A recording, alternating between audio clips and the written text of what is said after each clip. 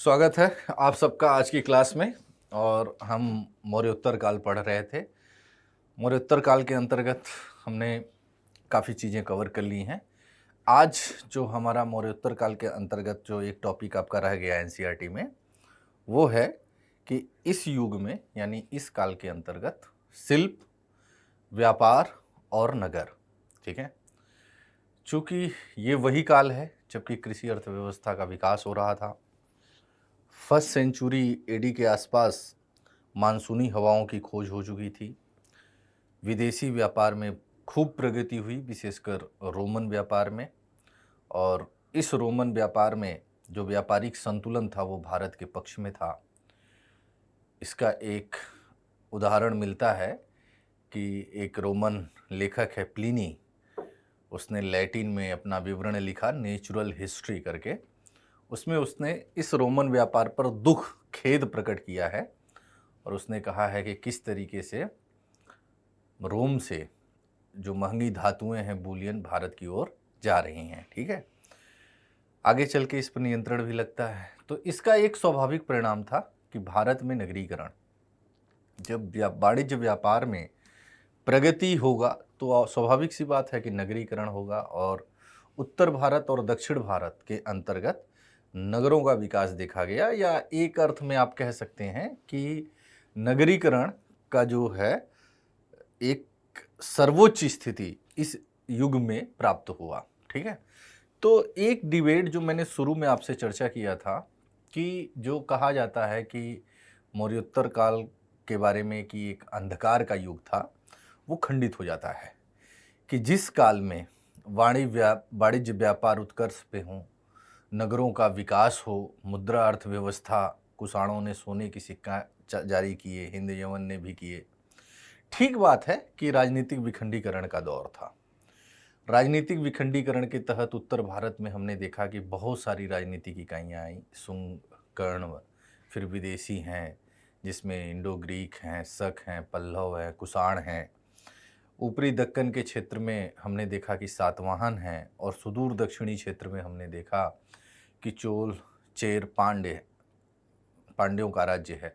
तो अनेक राजनीतिक इकाइयां हमें जरूर देखने को मिलती हैं, लेकिन अन्य क्षेत्र के अंतर्गत जैसे आर्थिक उन्नति का काल था, वाणिज्य व्यापार में प्रगति का काल था, और कुल मिलाकर अगर कहा जाए तो इन सब ने एक तरीके से नगरीकरण को उच्चतम लेवल पर पहुंचाने का कार्य किया। तो इस तरीके से ये जो अंधकार युग का जो कॉन्सेप्ट था मौर्योत्तर काल को लेकर, वो खंडित हो जाता है। ठीक है, तो शुरू करें आज की क्लास। तो मौर्योत्तर काल के अंतर्गत आज हम देखेंगे शिल्प, व्यापार और नगर। ठीक है, शुरू करते हैं। हेडिंग डालिए शिल्प। तो मौर्योत्तर युग में शिल्प, व्यापार और नगर। ठीक है, तो शिल्प के अंतर्गत आप देखेंगे कि जो मौर्योत्तर काल में वंश हैं, चाहे शक हैं, सातवाहन हैं, कुषाण हैं, मतलब जितने भी हैं, तो इनके अंतर्गत प्रथम तमिल राज्यों का युग यानी दक्षिण भारत के अंतर्गत चोल, चेर, पांड्य हैं।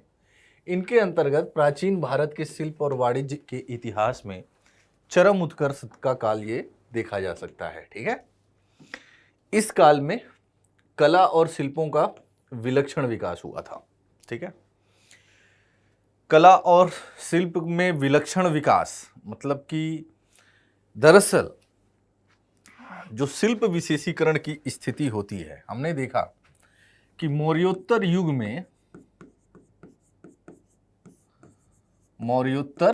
में कृषि अर्थव्यवस्था का विकास हो रहा है। कृषि अर्थव्यवस्था का विकास कैसे हो रहा है? सातवाहनों ने भूमि अनुदान की प्रथा चलाई। अब इस भूमि अनुदान के माध्यम से क्या हुआ कि कृषि क्षेत्र का विस्तार हुआ कि नहीं? कृषि क्षेत्र का विस्तार हुआ और कृषि के अंतर्गत हमने देखा कि लोहे का प्रयोग लोहे का प्रयोग बढ़ा, यानी लोहे के प्रयोग में वृद्धि हुई। जंगलों को साफ करना आसान हुआ। खेतों की गहरी जुताई संभव हुई। अब जब खेतों की गहरी जुताई संभव हुई तो कृषि उत्पादन, भूमि की उर्वरता बढ़ी, और भूमि की उर्वरता बढ़ने से कृषि उत्पादन बढ़ा। तो जंगलों को साफ करना आसान हुआ, जंगलों को काटना आसान हुआ। भूमि की गहरी जुताई हुई, भूमि की गहरी जुताई हुई। इससे क्या हुआ? भूमि की उर्वरता बढ़ी, भूमि की उर्वरता बढ़ी, और फिर क्या हुआ कि कुल मिलाकर उत्पादन बढ़ा। ये बात समझ में आ गई? जब उत्पादन बढ़ेगा, ठीक है, तो शिल्पों के लिए आवश्यक कच्चा माल की प्राप्ति होगी। दरअसल गांव और नगर, ये दो बात समझिएगा। गांव में जो शिल्पी होते हैं, वो शिल्प मतलब कि जैसे मान लीजिए लोहार हैं, बढ़ई हैं, कुम्हार हैं, ये अपने अपने शिल्पों में संलग्न हैं। तो ये शिल्प के साथ साथ कृषि कार्य भी करते हैं, यानी इनका शिल्प जो है पूर्णकालिक व्यवसाय नहीं होता। जबकि नगरों में क्या होता है? शिल्प विशेषीकरण होता है, शिल्प विशेषीकरण।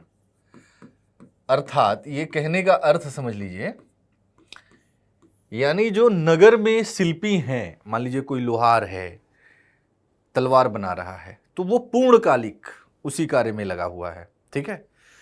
अब उसके माध्यम से वाणिज्य व्यापार का विकास होगा, ठीक है। लेकिन इस जो नगर में शिल्पी है, जो कि पूर्णकालिक शिल्पी है, पूरी तरीके से शिल्प में लगा है, इसके लिए क्या चाहिए? इसकी खाद्यान्न आवश्यकता, खाद्यान्न आवश्यकता, और बहुत से तो ऐसे शिल्प होंगे जो कृषि उत्पादों पर निर्भर होंगे, ठीक है। तो उनके लिए कच्चे माल, ये दोनों कहां से प्राप्त होगा?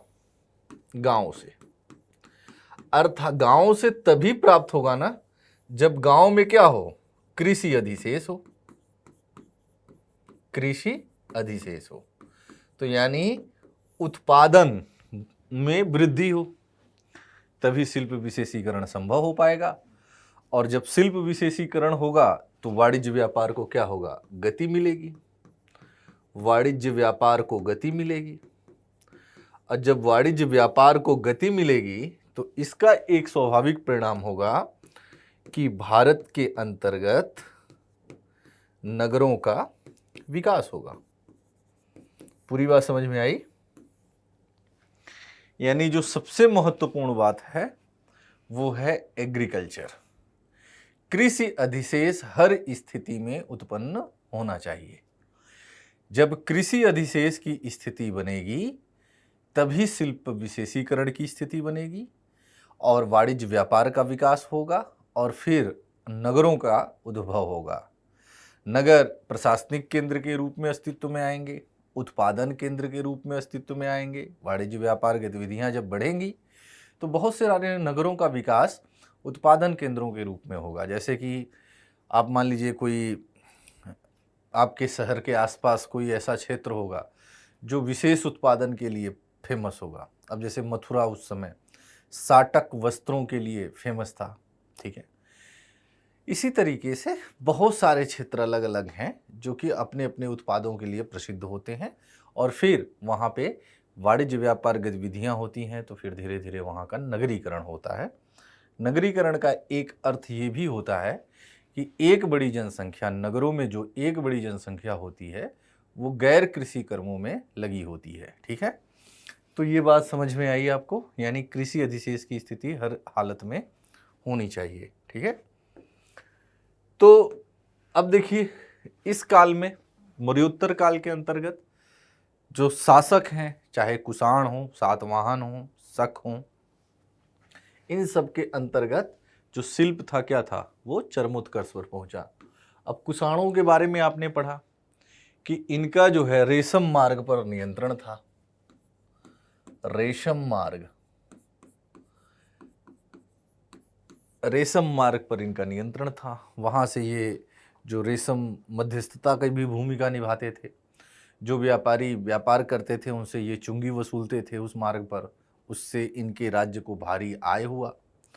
साथ ही इन्होंने भी उस रेशम मार्ग के माध्यम से अपने विदेशी व्यापार या रोमन व्यापार को गति दी। तो इस तरीके से इस काल के अंतर्गत शिल्पों में वृद्धि देखी गई। सातवाहनों ने भूमि अनुदान की प्रथा शुरू की। एक बड़ी कृषि लैंड का मतलब कृषि क्षेत्र का विस्तार हो रहा है, तो कृषि अधिशेष की स्थिति भी आ रही है। तो इस तरीके से इस काल के अंतर्गत शिल्पों के विकास में आपको बढ़ोतरी देखने को मिलती है। इसी समय का एक ग्रंथ है, एक हिंद यूनानी शासक है जिसके बारे में हमने आपको पढ़ाया भी था, मिनांडर या मिलिंद। मिलिंद बौद्ध धर्म मतलब स्वीकार कर लिया था। उसका ग्रंथ है मिलिंद पन्हो यानी मिलिंद के प्रश्न, जिसमें मिलिंद और नागसेन उर्फ नागार्जुन के बीच में संवाद है प्रश्नोत्तर के रूप में। ठीक है, तो वो एक समकालीन ग्रंथ है। समकालीन कहने का आशय है कि मौर्योत्तर काल के बारे में उस ग्रंथ से हमें जानकारी प्राप्त होती है। ठीक है, तो मिलिंद पन्हो में 75 प्रकार के व्यवसाय का उल्लेख है। 75 प्रकार के व्यवसाय और 60 विविध प्रकार के शिल्पों का उल्लेख इस ग्रंथ में हमें प्राप्त होता है। ठीक है, मतलब शिल्पों की संख्या में पिछले कालों की तुलना में बहुत ज्यादा वृद्धि इस काल के अंतर्गत देखी गई। 75 प्रकार के व्यवसाय, 60 विविध प्रकार के शिल्प, इन सब का उल्लेख है मिलिंद पन्हो में। और मिलिंद पन्हो जो ग्रंथ है वो मौर्योत्तर कालीन है। हिंद यवन शासक हैं, इंडो ग्रीक शासक हैं मिनांडर, और उनका और नागसेन के बीच में उसमें संवाद है। ठीक है, तो ये बात क्लियर है। अब देखिए, सबसे बड़ी बात जो होती है ना कि शिल्पों की संख्या हो, जैसे 75 प्रकार के व्यवसाय का उल्लेख है, 60 विविध प्रकार के शिल्पों का उल्लेख है, तो इसके लिए मुद्रा अर्थव्यवस्था का भी विकास होना बड़ा जरूरी है। ठीक है, तो यही कारण है कि मौर्योत्तर काल के अंतर्गत आप देखेंगे कि सोने की मुद्रा, चांदी की मुद्रा, तांबे की मुद्रा, शीशे की मुद्रा, प्रोटीन की मुद्रा, मतलब मुद्रा अर्थव्यवस्था में भी भारी प्रगति आपको देखने को मिलेगी। हिंद यूनानी पहले शासक थे जिन्होंने सोने की मुद्रा भारत में चलाई, और कुषाणों ने शुद्ध सोने मतलब सोने की सिक्का भारत में जारी किए। ठीक है, तो अब देखिए, सोना, चांदी, सीसा, टीन, तांबा, पीतल, लोहार और जो है ये सब काम करने वाले जो हैं 8 शिल्प हैं। सोना, चांदी, तांबा, पीतल, लोहा और रत्न आभूषण जिसे कहते हैं के काम करने वाले 8 शिल्प उस काल में ये थे। ठीक है, लोहा बनाने की तकनीकी में भारी प्रगति देखी गई। ठीक है, लोहा जो है, अब चूंकि लोहा आपने देखा 6th सेंचुरी बीसी में द्वितीय नगरीय क्रांति के केंद्र में था। दिनों दिन लोहे का प्रयोग होता जा रहा है, युद्धास्त्रों के रूप में हो रहा है, कृषि उपकरणों के रूप में हो रहा है। अब इसके प्रयोग में और शार्पनेस आ रहा है, जैसे छुरी, कांटे सहित भारतीय लोहे इस्पात का निर्यात अबिसिनियाई बंदरगाहों पर होने लगा।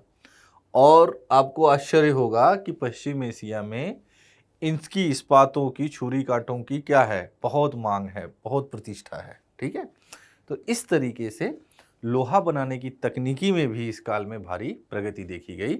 इस्पात बनने लगे और छुरी कांटे इनकी डिमांड पश्चिम एशिया में बहुत ज़्यादा होने लगी, और इस तरीके से भारत से निर्यात बढ़ा, भारत के उद्योगों में प्रगति हुई, शिल्पों में प्रगति देखी गई। ठीक है,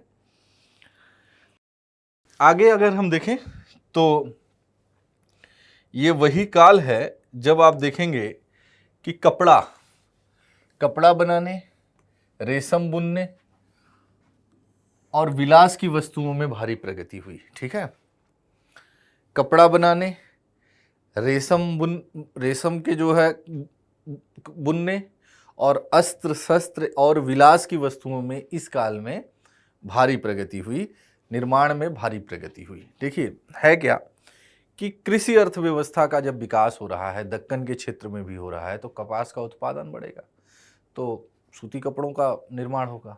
दूसरी तरफ रेशम मार्ग पर किसका नियंत्रण है? कुषाणों का। तो भारत से रेशम का काफ़ी डिमांड है, समझ रहे हैं। अब आप समझिए कि उरेयूर जो कि दक्षिण भारत में है, ठीक है, चोलों की आरंभिक राजधानी है उरेयूर, वहाँ का सूती कपड़ा इतना महीन होता था, केचुल उसे कहते थे, ठीक है, उसकी भी भारी डिमांड थी, ठीक है। तो रोम में भारतीय वस्त्रों, रेशमी वस्त्रों की भी भारी डिमांड थी, समझ रहे हैं। तो इस तरीके से कपड़ा बुनने, रेशम के जो वस्त्र हैं, अस्त्र शस्त्र हैं, विलास की वस्तुएं हैं, इनके निर्माण में इस काल में प्रगति देखी गई। अब जैसे मैंने कहा कि उत्पादन केंद्रों के रूप में नगरों का विकास हो रहा है, अलग अलग क्षेत्र अलग अलग उत्पादन के लिए विशेष रूप से जाने जा रहे हैं। तो इसी क्रम में मथुरा शाटक नामक विशेष प्रकार के वस्त्र के निर्माण के लिए प्रसिद्ध है, ठीक है। मथुरा एक साटक एक वस्त्र है, तो साटक नामक वस्त्र के निर्माण के लिए विशेष रूप से प्रसिद्ध है कौन? मथुरा। दक्षिण भारत के अंतर्गत कई नगरों में रंगरेजी यानी रंगने की जो कला है, ये उन्नत शिल्प थी, ठीक है। रंगाई करना, कपड़ों पर कपड़ों की रंगाई करना और भी चीजें, तो रंगरेजी एक उन्नत शिल्प थी दक्षिण भारत के अंतर्गत। उरेयूर, अरिकामेडु से रंगाई का हौज मिला है, ठीक है, यानी कि रंगाई भी एक शिल्प थी। दक्षिण भारत से इसके हमें साक्ष्य मिलते हैं। उरेयूर जो कि चोल राज्य में है, अरिकामेडु, यहाँ से रंगाई के हौज हमें प्राप्त होते हैं। कपड़ा करघे से बुना जाता था, करघे से कपड़ा बुनने का व्यवसाय प्रचलित था। कोल्हू, कुछ लोग, आप लोग तो आपकी पीढ़ी में पता नहीं लोग कोल्हू से परिचित हैं या नहीं। हमारे बचपन में तेल, जो सरसों है, तिल है, तिलहन जो पदार्थ हैं, उनसे तेल कोल्हू के माध्यम से ही निकाला जाता था। तो कोल्हू के प्रचलन से तेल उत्पादन में वृद्धि हुई, ठीक है। यानी पशु वैसे घूमते रहते थे, वो एक विधि थी, कोल्हू उसको बोलते थे। तो तेल उससे जो है निकाला जाता था, तिलहन वस्तुओं को उसमें डाला जाता था और फिर वो उससे तेल, तो कोल्हू के प्रचलन से तेल उत्पादन में वृद्धि हुई, ठीक है। इस काल के अभिलेखों से पता चलता है कि बुनकरों, सुनारों, रंगरेजों, धातु शिल्पियों, दंत शिल्पियों, जौहरियों, मूर्तिकारों, मछुआरों, लोहारों, गंधिकों, इन सब ने बौद्ध भिक्षुओं के लिए गुहाएं यानी गुफाएं बनवाई और उन्हें दान दिया, ठीक है। क्योंकि मौर्योत्तर काल के अंतर्गत आप देखेंगे कि जितने भी शिल्पी हैं, अभी देखिए ये कितने प्रकार यहीं पे दिख रहे हैं, शिल्पकारों के प्रकार, बुनकर हैं, सुनार हैं, रंगरेज हैं, धातु शिल्पी हैं, दंत मतलब हाथी दांत पर काम करने वाले शिल्पियों को दंत शिल्पी कह रहे हैं, जौहरी हैं जो कि आभूषण वगैरह से जुड़े हुए व्यवसाय से में संलग्न हैं, जौहरी हैं, रंगरेज हैं, मूर्तिकार हैं, मूर्तियों का निर्माण हो रहा है, मछुआरे हैं, जो मछली पकड़ने का कार्य कर रहे हैं, लोहा का काम करने वाले लोहार हैं, गंधिकों के बारे में हमने बताया था कि एक विशेष प्रकार का इत्र बनाते थे, इसलिए इन्हें गंधिक कहा गया। बाद में इनका प्रयोग अन्य दुकानदारों के लिए भी होने लगा था, गंधिक हैं। तो इन सब ने क्या किया कि बौद्ध भिक्षुओं के लिए क्या किया, गुहाएं बनवाई। क्योंकि बौद्ध धर्म जो शिल्प व्यवसाय है, ठीक है, और जो शिल्पी हैं उनके लिए क्या है, बहुत सहज है, अहिंसा की बात करता है, ठीक है, और इसके जो सिद्धांत हैं, ब्याज मुनाफाखोरी को जायज़ ठहराता है, जो कि वाणिज्य व्यापार की रीढ़ होती है। तो महायान शाखा जो था बौद्ध धर्म का, वो उसके प्रति ये काफ़ी सहज थे, समझ रहे हैं। और यही कारण है कि बौद्ध धर्म का विकास होता है, महायान शाखा का विकास हुआ। कनिष्क खुद महायान शाखा का संरक्षक था, और फिर उसके लिए इन जो है वणिक शिल्पियों ने गुफाएं बनवाई और उनको दान आदि भी दिए। ठीक है, तो इससे भी पता चलता है कि शिल्प और वाणिज्य का व्यापार काफी ठीक ठाक था। विलास की वस्तुओं का उत्पादन करने वाले शिल्पियों में हाथी दांत का काम, मतलब चूंकि दक्षिण के अंतर्गत हाथी दांत का जो है काम होता था और इसका निर्यात भी किया जाता था। कांच का काम, माणिक्य बनाने का काम, ये सब विलास की वस्तुओं में शामिल थी, इनका काम उल्लेखनीय है। ठीक है, सीप या शंख शिल्प भी उन्नत स्थिति में था। ठीक है, तो इस तरीके से अगर हम देखें तो इस काल के अंतर्गत बहुत ज़्यादा शिल्पों का विकास हमें देखने को मिलता है और ये सब उस काल की भौतिक प्रगति को दर्शा रहे हैं। ठीक है, तो यही कारण है कि आगे चल के आप देखेंगे कि जो ये अवधारणा थी कि नहीं मौर्योत्तर काल एक अंधकार का युग है, राजनीतिक विखंडीकरण का युग है, वो सब खंडित हो जाता है। ठीक है, भारत में जो कांच बनाने की विधि थी वो बहुत बाद में भारतीयों को इसकी जानकारी हुई, यानी ईस्वी सन में। ठीक है, इसकी जानकारी हुई और जब इनको जानकारी हुई तो उसमें इन्होंने इतनी प्रगति की कि उसको इन्होंने चोटी पर पहुंचाया। ठीक है, सिक्का ढलाई भी महत्वपूर्ण शिल्प था और इस काल में आप देखेंगे कि कई प्रकार के सिक्के ढाले गए। सोने के सिक्के ढाले गए, चांदी के सिक्के ढाले गए, तांबे के सिक्के ढाले गए, शीशे के सिक्के, पोटीन के सिक्के, मतलब कई प्रकार के सिक्के। और इन सिक्कों के आधार पर भी आप कह सकते हैं कि मौर्योत्तर काल जो था वो वाणिज्य व्यापार की प्रगति का काल था। मुद्रा अर्थव्यवस्था का विकसित होना, भाई अगर वाणिज्य व्यापार की गतिविधियों में वृद्धि होगी तो मुद्रा अर्थव्यवस्था प्रगति की ओर होगी। ठीक है, तो यही कारण है कि सिक्का ढलाई ये भी क्या था, महत्वपूर्ण शिल्प था। और इस काल के अंतर्गत आप देखेंगे कि हमें सोने के सिक्के सबसे पहले किसने जारी किए थे, हिंदू जवान, और फिर कुषाणों ने खूब भारी मात्रा में सोने के सिक्के जारी किए। और पूरे प्राचीन काल में, इस बात को नोट कर लीजिए आप लोग, पूरे प्राचीन काल में सर्वाधिक सोने के सिक्के गुप्तों ने जारी किए।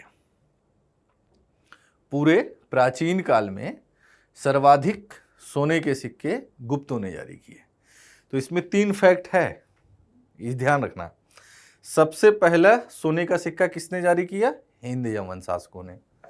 दूसरा फैक्ट है शुद्ध सोने के सिक्के किसने जारी किए, कुषाणों ने।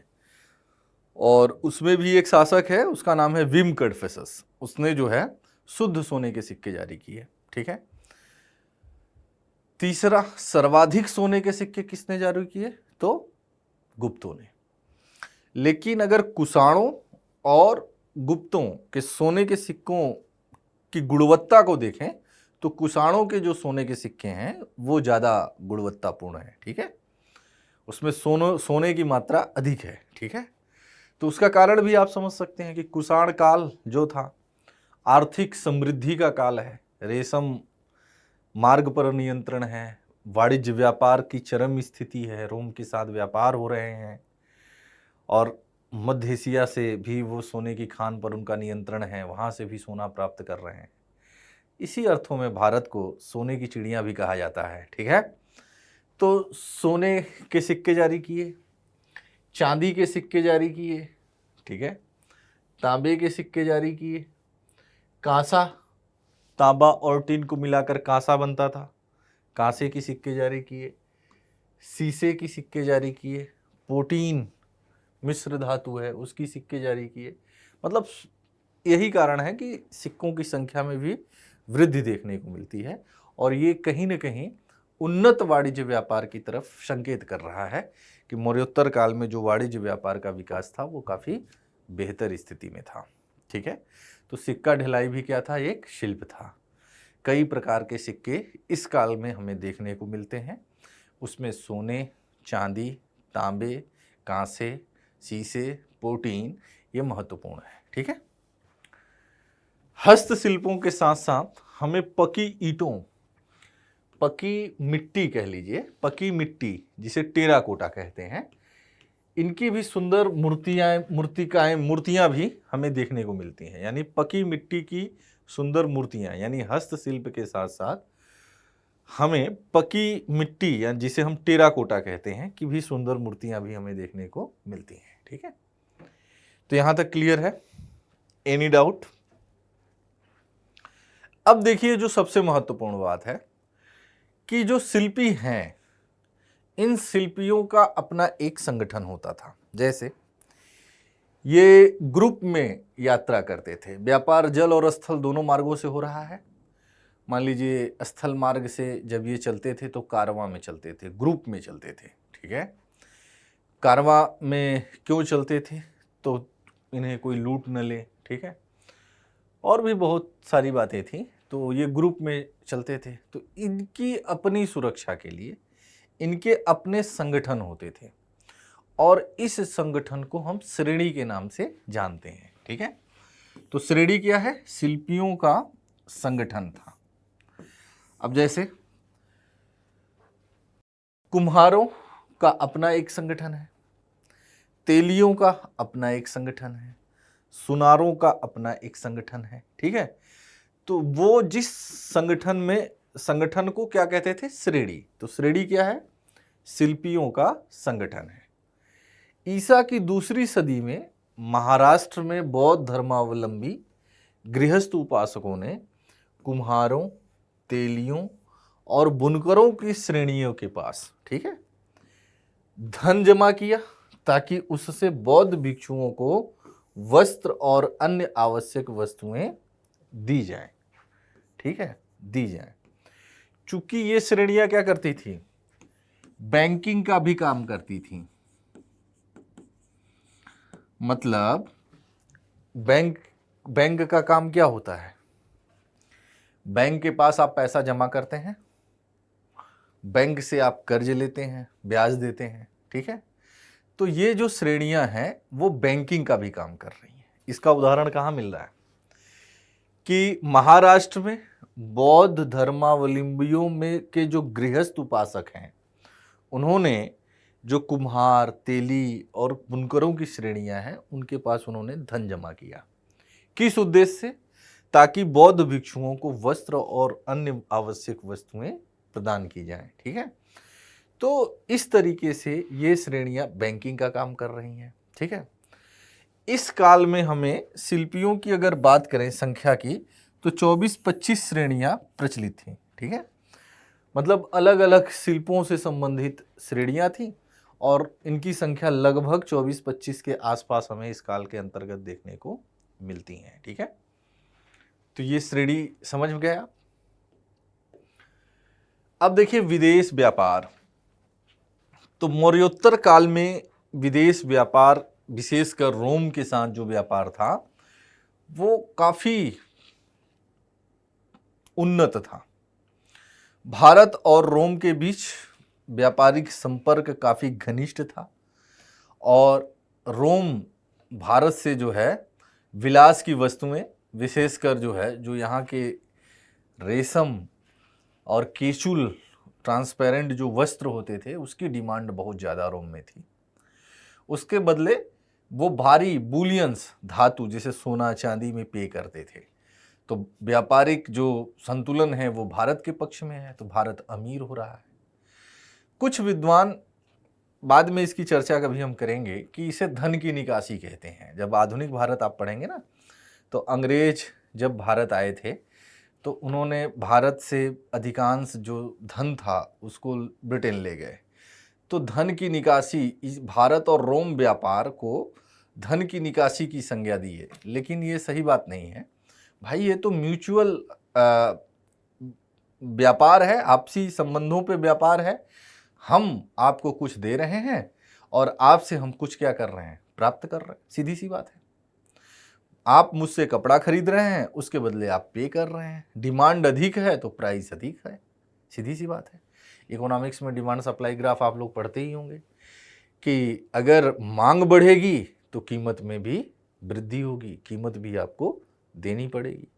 तो इस तरीके का ये तो म्यूचुअल अंडरस्टैंडिंग पे बिजनेस चल रहा था। ठीक है, तो भारत और रोम के बीच एक व्यापारिक घनिष्ठता थी, समझ रहे हैं।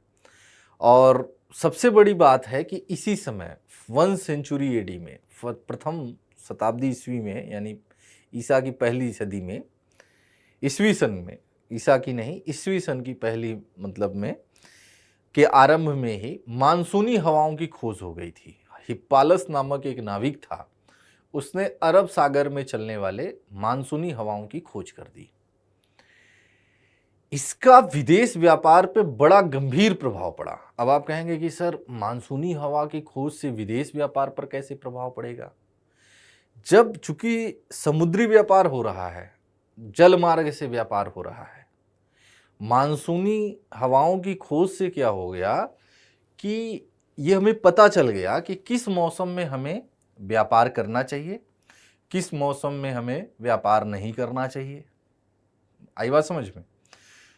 मान लीजिए आप किसी ऐसे मौसम में व्यापार कर रहे हैं, समुद्र में कोई तूफान आ जाए तो आपका कारवां, आपका बेड़ा डूब जाता था, आपको भारी क्षति नुकसान उठाना पड़ सकता था। ठीक है, तो ऐसे मौसम में व्यापार किया जाए जब आपकी वस्तुएं सुरक्षित गंतव्य स्थल तक पहुंच जाएं और आपका मुनाफा पूरी तरीके से प्राप्त हो, तब तो ज़्यादा होगा। मान लीजिए आप लाभ कमा रहे हैं, 2 बार बेड़ा डूब गया तो घाटे में चले गए ना।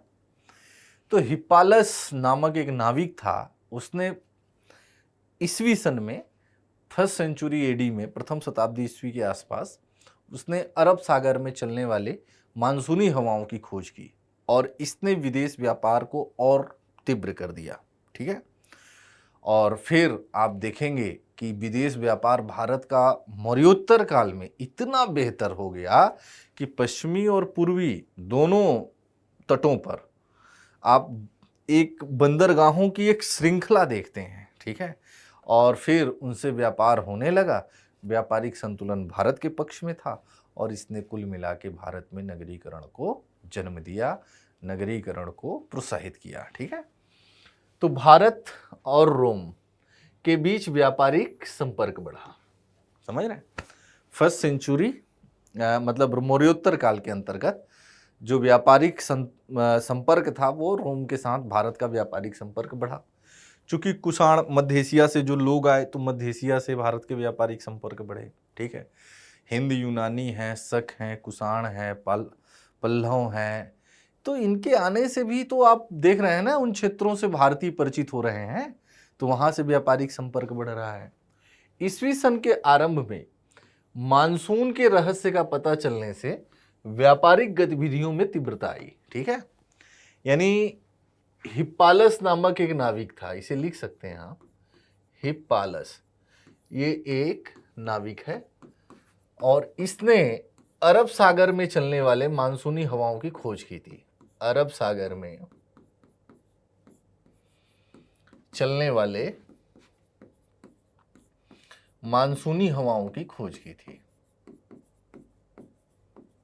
मानसूनी हवाओं की खोज की। अब ये जो मानसूनी हवाओं की जो है खोज होने से व्यापारिक गतिविधियों में यानी विदेशी व्यापार में बहुत ज्यादा तीव्रता आई। अर्थात अब जो विदेशी व्यापार था वो सुरक्षित होने लगा, एक तरीके से आप कह सकते हैं। ठीक, तो ईस्वी सन में एक महत्वपूर्ण घटना थी मानसूनी हवाओं की खोज, जिसने कि व्यापारिक गतिविधियों को तीव्रता प्रदान की। संयोग से वह काल मौर्योत्तर काल था, तो इसका लाभ मौर्योत्तर काल को मिला। इसका एक जो प्रभाव हुआ, चूंकि भारत की भौगोलिक स्थिति आप देख रहे हैं इस तरीके से, ये भारत का है पूर्वी तट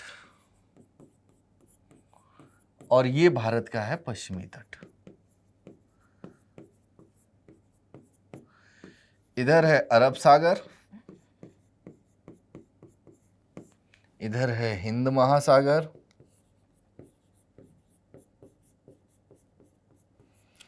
और इधर है बंगाल की खाड़ी, बे ऑफ बंगाल।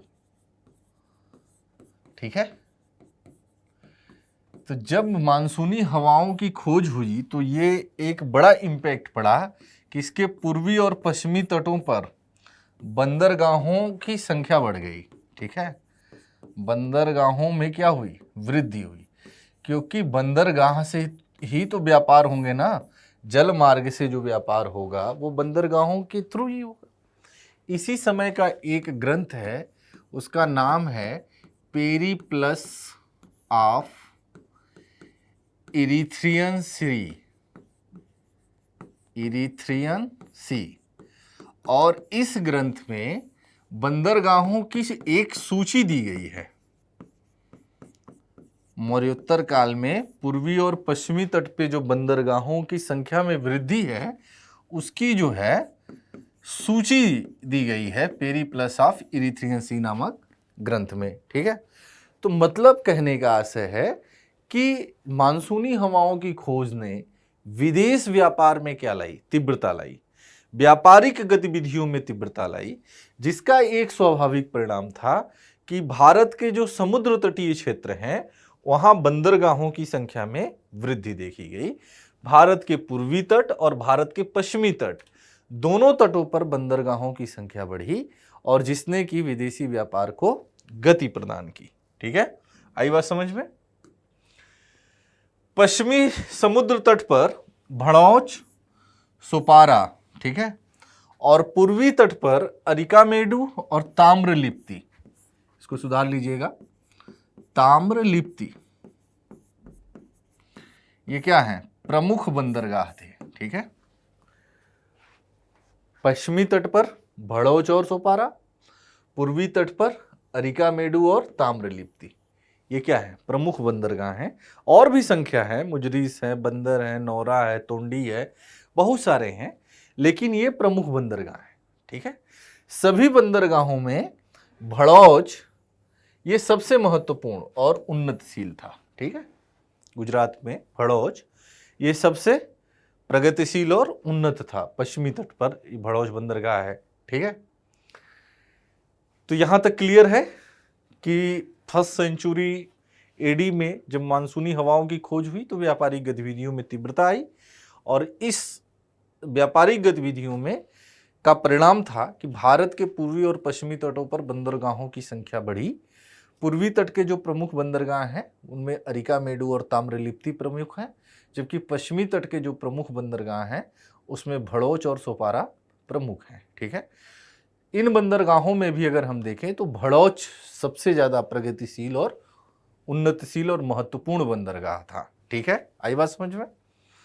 अब देखिए, रोमवासी भारत से क्या मंगाते थे, डिमांड करते थे, यानी भारत से रोम को निर्यात करने वाली वस्तुएं क्या क्या हुआ करती थी। तो देखिए, सबसे पहली बात मसाला, ये प्राचीन काल से एक महत्वपूर्ण वस्तु है। ठीक है, जो भारत से विदेशों को निर्यात की जाती है।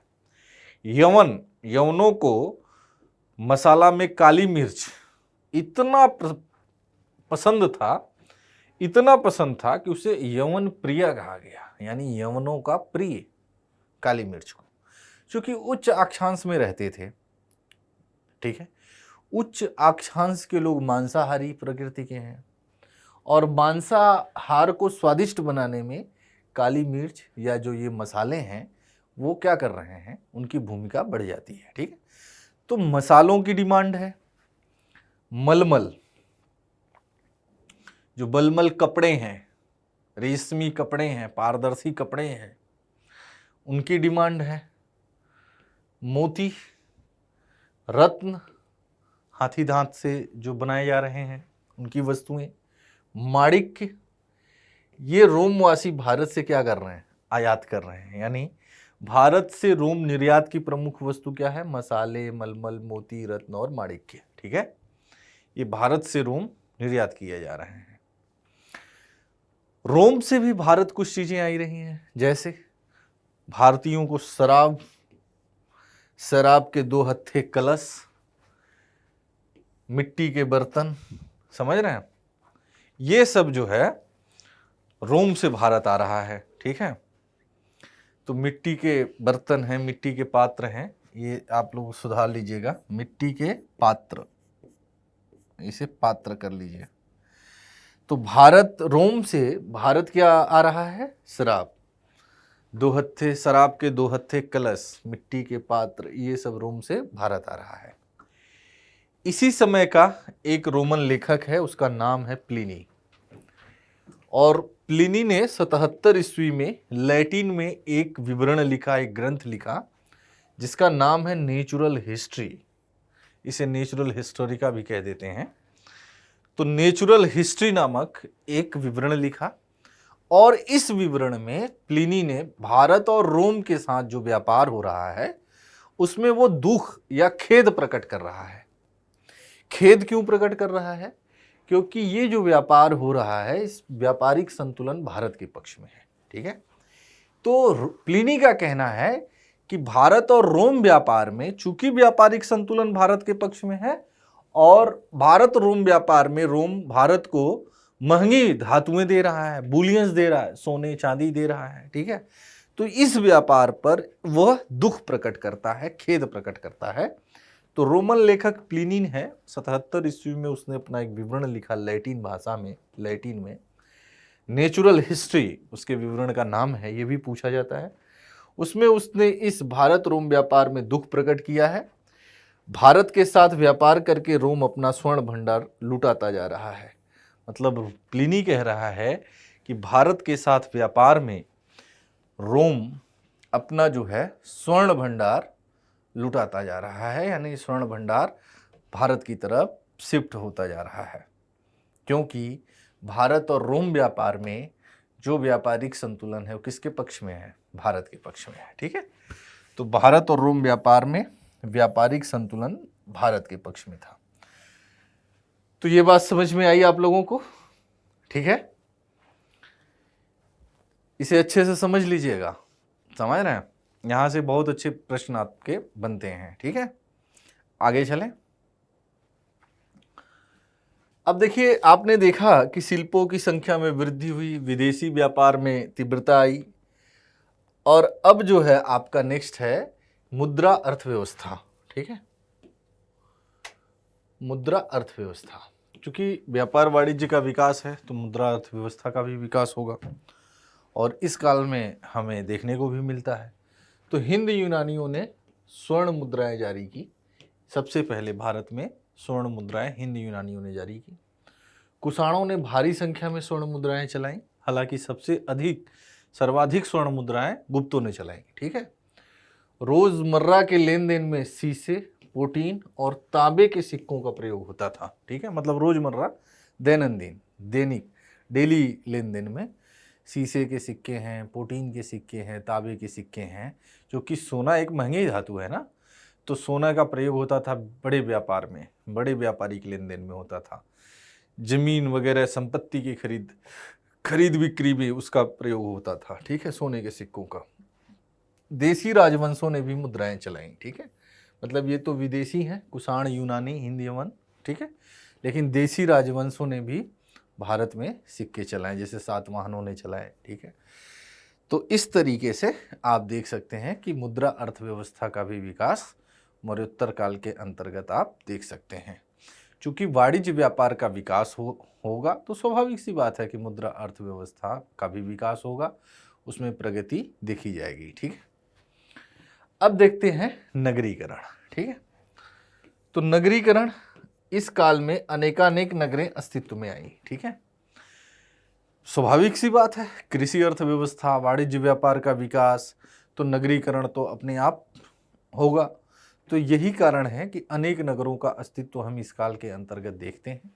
उत्तर भारत के अंतर्गत भी नगरों का विकास हुआ, दक्षिण भारत के अंतर्गत भी नगरों का विकास हुआ। ठीक है, तो उत्तर भारतीय नगरों में वैशाली, पाटलिपुत्र, वाराणसी, कौशाम्बी, श्रावस्ती, हस्तिनापुर, मथुरा, इंद्रप्रस्थ, ये उल्लेखनीय है। ठीक है, तो मतलब याद नहीं करना है, समझना है केवल इस बात को कि उत्तर भारत के अंतर्गत भी नगरों का विकास हुआ। जैसे वैशाली है, पाटलिपुत्र है, वाराणसी है, कौशाम्बी, श्रावस्ती, हस्तिनापुर, मथुरा, इंद्रप्रस्थ, इन सब नगरों का विकास हुआ। इसी तरीके से दक्षिण भारत के अंतर्गत भी नगरों का विकास हुआ। ठीक है, क्योंकि दक्षिण भारत में भी तो व्यापारिक आप देख रहे हैं कि गतिविधियां हैं, संचालित हो रही हैं।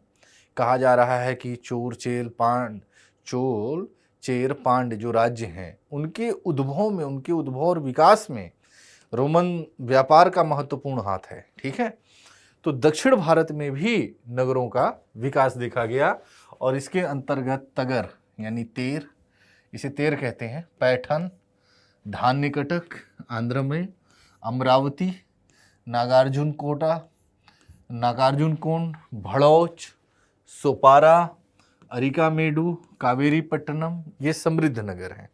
कुछ बंदरगाही नगर हैं जैसे भड़ौच है, सोपारा है, अरिकामेडु है, कावेरीपट्टनम बंदरगाही नगरों के रूप में विकसित हो रहे हैं। ठीक है, उज्जैनी एक महत्वपूर्ण नगर था, यह ध्यान रखना। उज्जैनी एक महत्वपूर्ण नगर था। क्यों महत्वपूर्ण था? क्योंकि यहां दो बड़े मार्ग मिलते थे। ठीक है, एक कौशाम्बी से आने वाला और दूसरा मथुरा से। मतलब ये एक संधि पॉइंट था, समझ रहे हैं? तो एक तरीके से व्यापारियों का मिलन स्थल भी हो जाया करता था। ठीक है, तो उज्जैनी एक महत्वपूर्ण नगर था। फिर यहां से गोमेद और कार्नेलियन मतलब इंद्रगुप्त पत्थर होता है, उन पत्थरों का निर्यात भी होता था। ठीक है, तो मौर्योत्तर काल में उज्जैनी एक महत्वपूर्ण नगर था और इसलिए भी महत्वपूर्ण था कि दो जो मार्ग थे, बड़े मार्ग थे, वो यहाँ मिलते थे। एक कौशाम्बी से आने वाला, दूसरा मथुरा से आने वाला। तो एक संधि था, संधि पॉइंट है। और दूसरी बात कि गोमेद और कार्नेलियन पत्थरों का निर्यात भी यहाँ से होता था। तो इस तरीके से उज्जैनी का अपना एक महत्वपूर्ण है और यही कारण है कि चूंकि व्यापार वाणिज्य की उन्नति थी, कृषि अर्थव्यवस्था का विकास था। ठीक है, तो इन सब ने मिलकर मौर्योत्तर काल में नगरीकरण को शीर्षस्थ या उच्चतम बिंदु पर पहुंचा दिया। तो मौर्योत्तर काल में नगरीकरण अपने उत्कर्ष पर पहुंच गया। ठीक है, तो इस बात को आपको ध्यान रखना है। ठीक है, तो यहां तक आपका क्लियर हो जा गया मौर्योत्तर काल। अब अगला जो हमारा टॉपिक होगा वो है आपका गुप्त काल। ठीक है, यानी मौर्योत्तर काल के पश्चात गुप्तों का जो है समय आता है और गुप्त काल भी भारतीय इतिहास में एक महत्वपूर्ण कालखंड है। तो एक तरीके से अगर देखा जाए तो मौर्यों के पश्चात गुप्तों ने उत्तर भारत में राजनीति की एकता स्थापित की। चूंकि मौर्योत्तर काल ठीक है, आर्थिक क्षेत्र में उन्नति का काल था, नगरीकरण में इसने अपने आप को सर्वोच्च पॉइंट पे पहुंचाया। ठीक है, बहुत सारे क्षेत्रों में इसका अपना एक क्लासिकल एरा था, लेकिन राजनीतिक विखंडीकरण का समय भी था। समझ रहे हैं? बहुत छोटी छोटी राजनीतिक इकाइयाँ थीं। ठीक है, तो इसी तरीके से कुषाणों के सामंत हुआ करते थे गुप्त, और गुप्त संभवतः वैश्य व्यापारी वर्ग से थे। उन्होंने जो है उत्तर भारत के अंतर्गत एक राजनीतिक एकता स्थापित की, एक बड़ा साम्राज्य स्थापित किया। ठीक है, उसमें आप देखेंगे कि गुप्तों के उदय के कारण क्या है, इनकी पृष्ठभूमि क्या है, प्रमुख गुप्त शासक कौन कौन से हैं, इन सब की चर्चा आज की क्लास में हम करेंगे। ठीक है, तो अब अगला जो महत्वपूर्ण वंश है वो है गुप्त साम्राज्य। तो आज हम जो चर्चा करेंगे गुप्त साम्राज्य का उद्भव और विकास। ठीक है, सबसे पहले पृष्ठभूमि।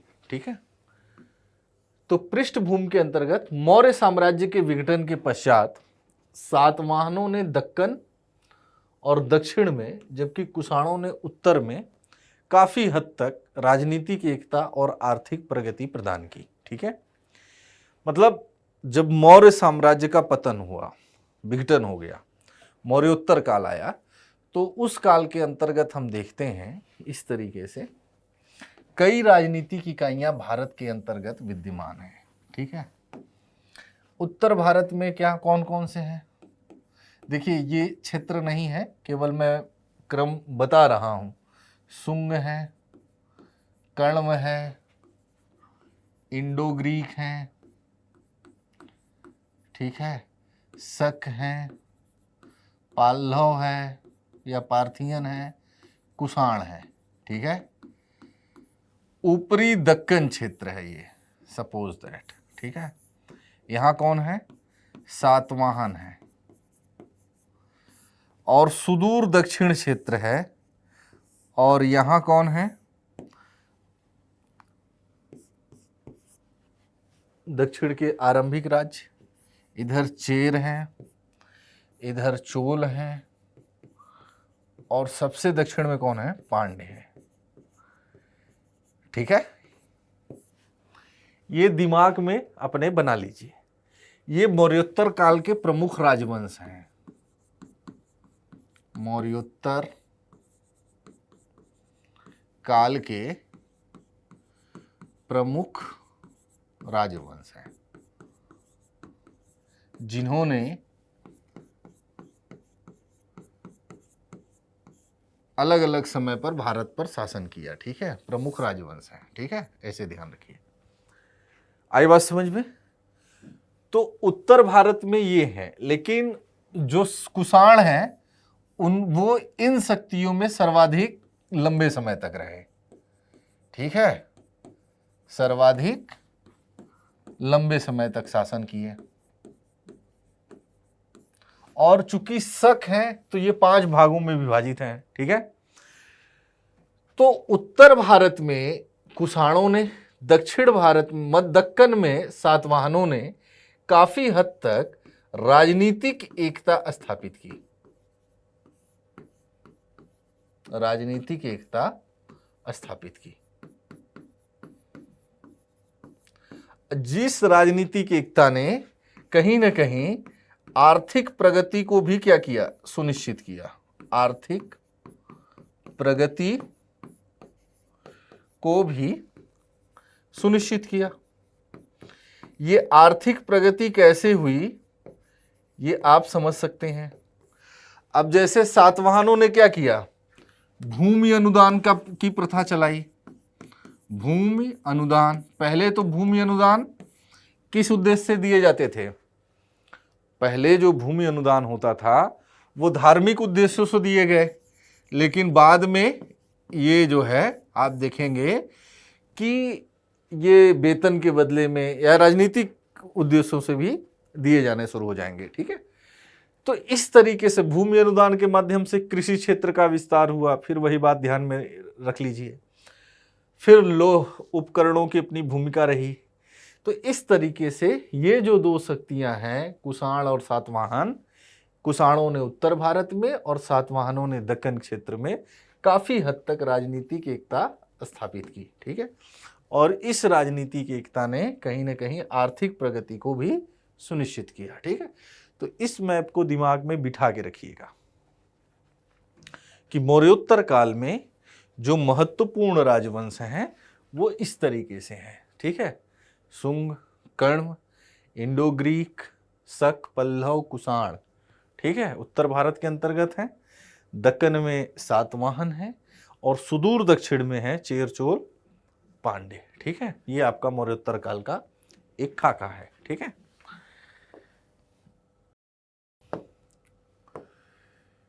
तो ये बात समझ में आई। लेकिन ईसा की 3री सदी के मध्य तक दोनों साम्राज्यों का अंत हो गया। ठीक है, ईसा की 3री सदी के मध्य तक दोनों साम्राज्यों का अंत हो गया। इन दोनों राज्य क्षेत्रों के एक बड़े भाग पर गुप्त साम्राज्य का क्या हुआ? प्रादुर्भाव हुआ। ठीक है, मतलब जब इनका पतन होता है तो इनके क्षेत्र पर गुप्त साम्राज्य का क्या होता है? प्रादुर्भाव होता है। और गुप्त कौन है? कुषाणों के ही सामंत हैं और संभवतः वैश्य हैं। ठीक है, गुप्त शासकों ने उत्तर भारत को 1 सदी से ऊपर राजनीतिक एकता के सूत्र में बांधे रखा। यानी जो ये क्षेत्र देख रहे हैं आप, जब इनका पतन हो गया,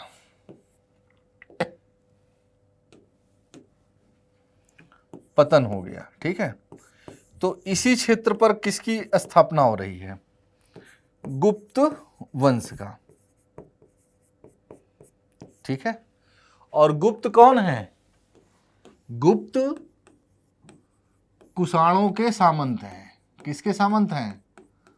कुषाणों के सामंत हैं। ठीक है, यानी इसी भूभाग पर कौन स्थापित हो रहे हैं? गुप्त वंश। और फिर गुप्तों ने एक लंबे समय तक उत्तर भारत को राजनीतिक एकता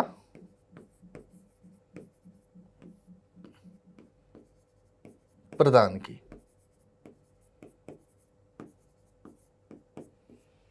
आई बात समझ में?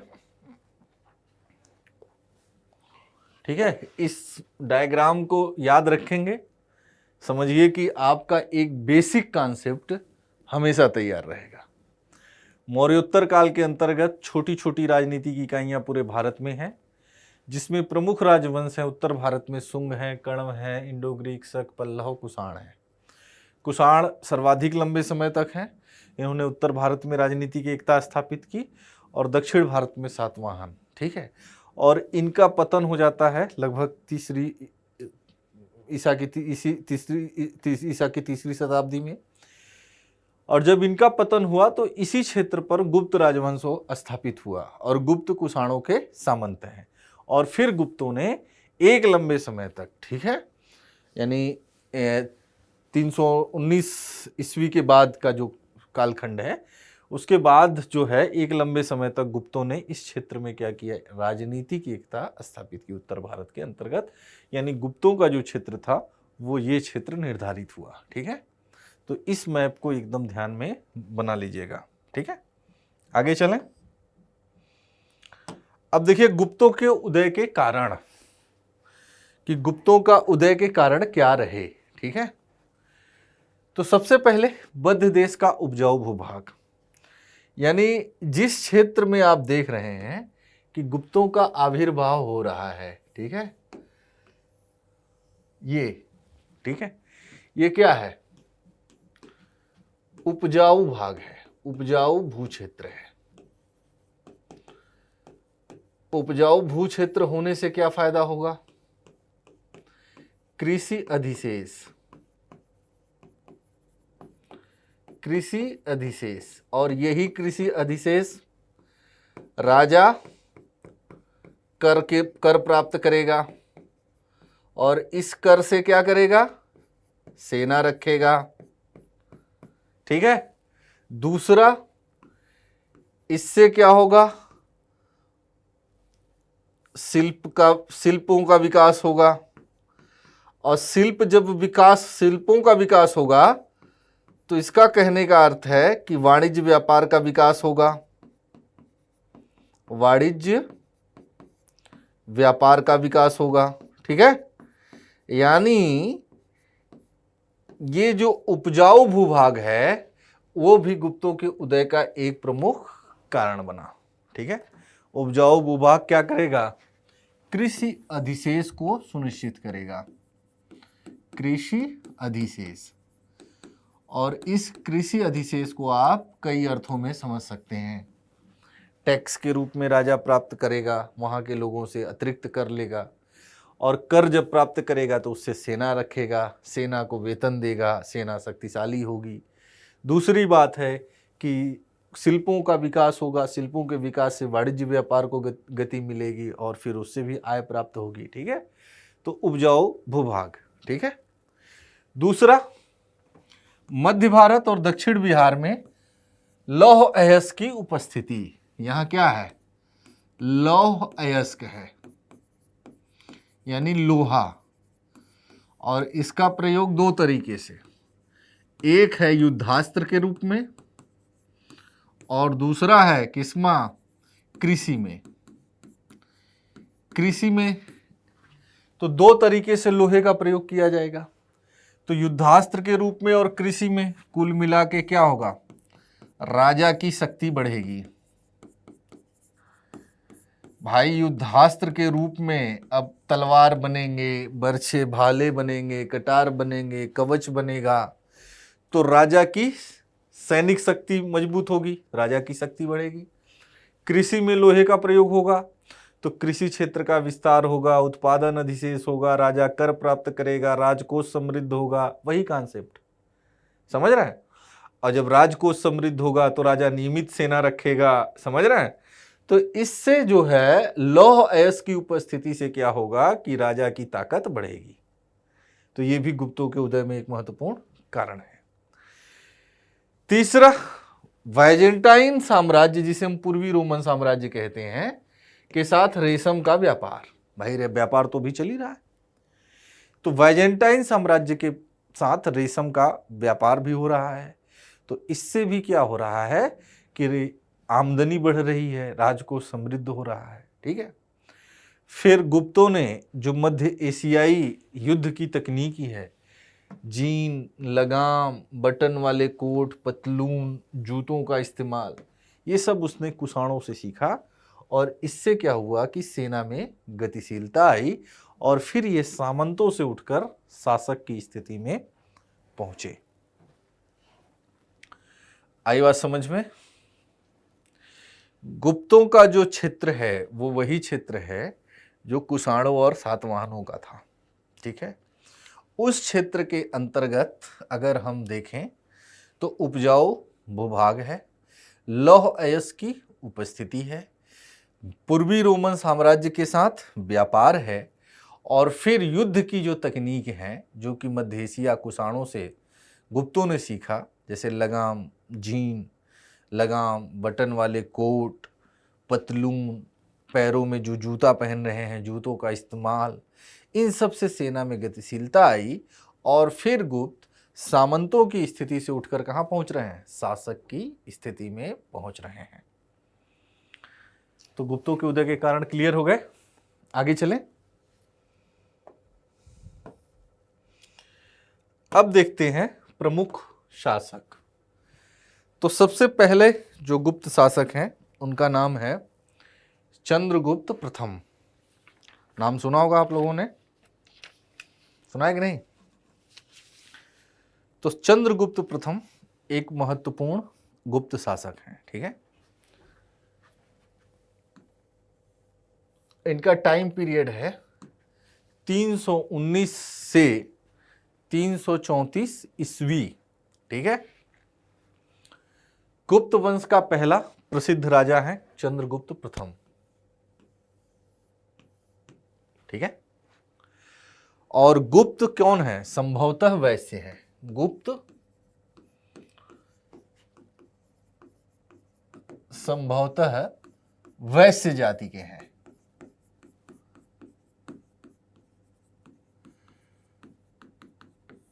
और भारतीय जो वर्ण व्यवस्था है वो कहती है कि वैश्य का काम क्या है? उत्पादन, उत्पादन से संबंधित या उत्पादन से जुड़ा हुआ वर्ग है वैश्य वर्ग। ठीक है। क्षत्रिय का काम क्या है? वर्ण व्यवस्था के अनुसार राजा कौन बनेगा? क्षत्रिय। ब्राह्मण का क्या काम है? अध्ययन अध्यापन।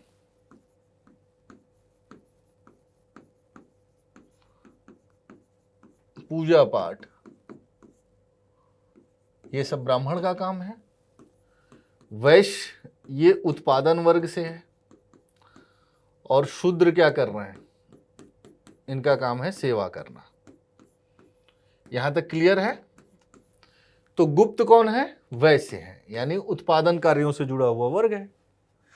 तो पहली बात तो इन्हें ये स्थिति प्राप्त करनी होगी, शासक वर्ग की स्थिति में आना होगा। तो इसके लिए चंद्रगुप्त ने क्या किया कि लिच्छवी राजकुमारी हैं, ठीक है, उनसे विवाह किया। समझ रहे हैं? और लिच्छवी राजकुमारी से विवाह करके वह क्षत्रिय कुल में उसका वैवाहिक संबंध स्थापित करने से उसकी प्रतिष्ठा बढ़ी। चूंकि गुप्त कौन है? संभवतः वैश्य थे, इसलिए क्षत्रिय कुल में विवाह करने से उनकी प्रतिष्ठा क्या हुई? बढ़ी और वो शासक के रूप में स्वीकार किए जाने लगे। आई बात समझ में? तो गुप्त जो वंश है उसका पहला जो प्रसिद्ध राजा है उसका नाम है चंद्रगुप्त प्रथम। चूंकि गुप्त वैश्य जाति से हैं, इसलिए चंद्रगुप्त प्रथम ने लिच्छवी राजकुमारी से वैवाहिक संबंध किया और क्षत्रिय कुल में विवाह करने से उनकी क्या हुई? प्रतिष्ठा बढ़ी और वो शासक के रूप में स्थापित हुए। चंद्रगुप्त प्रथम ने 319-20 ईस्वी में राज्यारोहण के उपरांत गुप्त संवत चलाया। ये महत्वपूर्ण है, इसका ध्यान रखना। चंद्रगुप्त प्रथम ने 319-20 ईस्वी में राज्यारोहण के उपरांत गुप्त संवत चलाया। ठीक है, तो चंद्रगुप्त प्रथम के बारे में ये कुछ महत्वपूर्ण जानकारी। ठीक है, पहला, गुप्त राजवंश का पहला प्रसिद्ध राजा। दूसरा, चूंकि गुप्त वैश्य वंश से संबंधित है तो क्षत्रिय यानी शासक वर्ग में प्रतिष्ठा प्राप्त करने के लिए चंद्रगुप्त प्रथम ने लिच्छवी राजकुमारी में वैवाहिक संबंध, क्षत्रिय कुल में वैवाहिक संबंध किया, जिससे कि उनकी प्रतिष्ठा बढ़ी। अन्य महत्वपूर्ण बात कि इसने 319-20 ईस्वी में राज्यारोहण के उपरांत गुप्त संवत चलाया। ठीक है, तो ये क्लियर है। आगे चलें। दूसरा महत्वपूर्ण गुप्त शासक है, उसका नाम है समुद्रगुप्त। समुद्रगुप्त। ठीक है, 335 से 380 ईस्वी के बीच में इसका अपना शासन रहा है। ठीक है, अब देखिए समुद्रगुप्त, तो गुप्त साम्राज्य का जो विस्तार है वो समुद्रगुप्त के समय में हुआ, सर्वाधिक विस्तार कह सकते हैं। और यही कारण है कि इसकी युद्ध वीरता और शौर्यता के कारण समुद्रगुप्त को विंसेंट स्मिथ, बी स्मिथ ने भारत का नेपोलियन कहा है। चूंकि नेपोलियन आप लोगों ने विश्व इतिहास नहीं पढ़ा है, एक साम्राज्यवादी था, फ्रांस का है, राजा है, शासक है नेपोलियन, एक साम्राज्यवादी था। तो अक्सर जो भी साम्राज्यवादी शासक होते हैं उनकी तुलना नेपोलियन से की जाती है, और नेपोलियन ने पूरे यूरोप को पराजित कर दिया था सिवाय एक देश को छोड़ के, वो देश था ब्रिटेन। ब्रिटेन के संदर्भ में भी उसने एक नीति लाई थी, महाद्वीपीय व्यवस्था, और ब्रिटेन घुटना टेकने ही वाला था, समझ रहे हैं। लेकिन नेपोलियन की अंतर्निहित दुर्बलता के कारण वो उसकी जो व्यवस्था थी वो विफल हो गई। खैर, वो हम विश्व इतिहास में पढ़ेंगे, देखेंगे। ठीक है, तो समुद्रगुप्त के समय में गुप्त साम्राज्य का सर्वाधिक विस्तार देखा गया। ठीक है, समुद्रगुप्त के एक दरबारी हैं, उनका नाम है हरिसेन। दरबारी कवि हैं और हरिसेन संधि विग्रहक भी हैं। समुद्रगुप्त के संधि विग्रहक हैं। संधि विग्रहक मतलब युद्ध एवं शांति के अधिकारी हैं। युद्ध एवं शांति के अधिकारी हैं। ठीक है, ऑफिसर हैं, ये कवि हैं, अधिकारी वर्ग में आते हैं। ठीक है, समुद्रगुप्त के संधि विग्रहक हैं, युद्ध और शांति के अधिकारी हैं। इन्होंने प्रयाग प्रशस्ति लिखा। ठीक है, प्रयाग प्रशस्ति, प्रशस्ति है एक, मतलब कि अपने राजा के सम्मान में लिखा। जो प्रशस्ति पूर्ण लेख होते हैं वो संभवतः अपने राजा के सम्मान में लिखे जाते थे, राजा की प्रशंसा में लिखे जाते थे। ठीक है, तो समुद्रगुप्त दरबारी कवि हैं, समुद्रगुप्त के दरबारी कवि हैं हरिसेन। उसने प्रयाग प्रशस्ति में लिखा, समुद्रगुप्त के विजय अभियानों का उल्लेख किया है, और ये अभिलेख इलाहाबाद के उसी स्तंभ पर खुदा है जिस पर अशोक का अभिलेख है। ठीक है, तो प्रयाग में है अशोक का, उस पे अशोक का अभिलेख है, उसी पे जो है ये भी खुदा हुआ है। इस अभिलेख में यानी प्रयाग प्रशस्ति में समुद्रगुप्त के विजय अभियानों को 5 चरणों में बांटा गया है। समझ रहे हैं, मतलब इसमें हरिसेन ने दिखाया है कि समुद्रगुप्त ने अपने साम्राज्य का विस्तार 5 चरणों में किया। इस बात को समझ लीजिएगा। प्रयाग प्रशस्ति किसकी है? समुद्रगुप्त के बारे में किसने लिखा है? हरिसेन। हरिसेन कौन है? समुद्रगुप्त का दरबारी कवि है, संधि विग्रहक है। संधि विग्रहक मतलब युद्ध और शांति का अधिकारी है। ठीक है, शांति से संबंधित एक अधिकारी है। ठीक है, तो इस तरीके से उसने समुद्रगुप्त के विजय अभियानों को प्रयाग प्रशस्ति में 5 चरणों में बांटा है। ठीक है, उसके अनुसार प्रथम चरण में समुद्रगुप्त ने गंगा यमुना दोआब, यानी गंगा यमुना दोआब के जो राजा हैं उनको पराजित किया।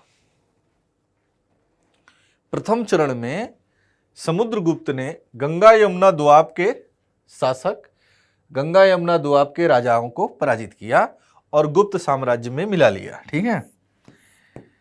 द्वितीय में उसने क्या किया? द्वितीय चरण में हिमालय और सीमावर्ती राज्यों इनके विरुद्ध अभियान किया।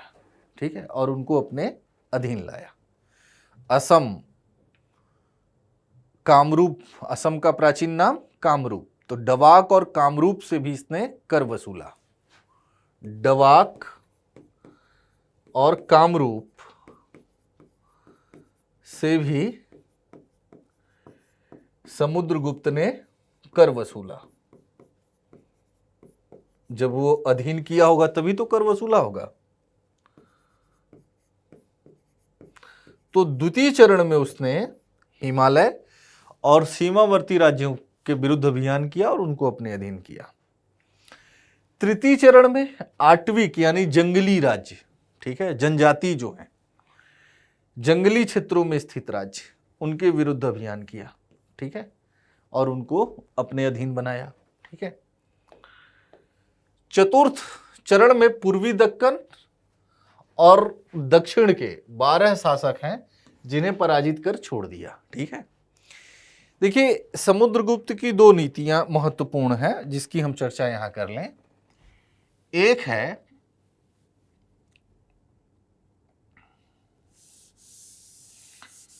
उत्तर भारत के संदर्भ में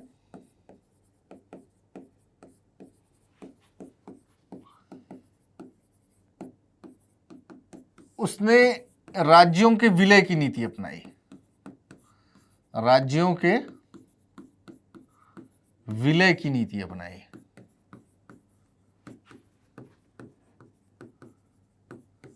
ठीक है।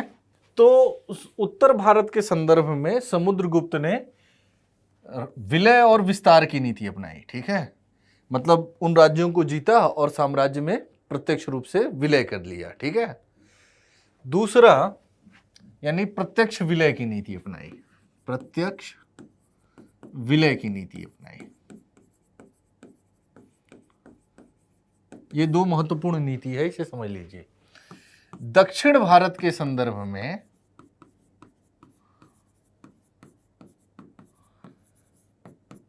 समुद्रगुप्त ने ग्रहण मोक्षानुग्रह की नीति अपनाई। ग्रहण मोक्षानुग्रह की नीति, अर्थात उनको अपने अधीन बनाया, केवल अधीनस्थ शासक के रूप में स्थापित किया। ठीक है। उनसे कर आदि प्राप्त किया।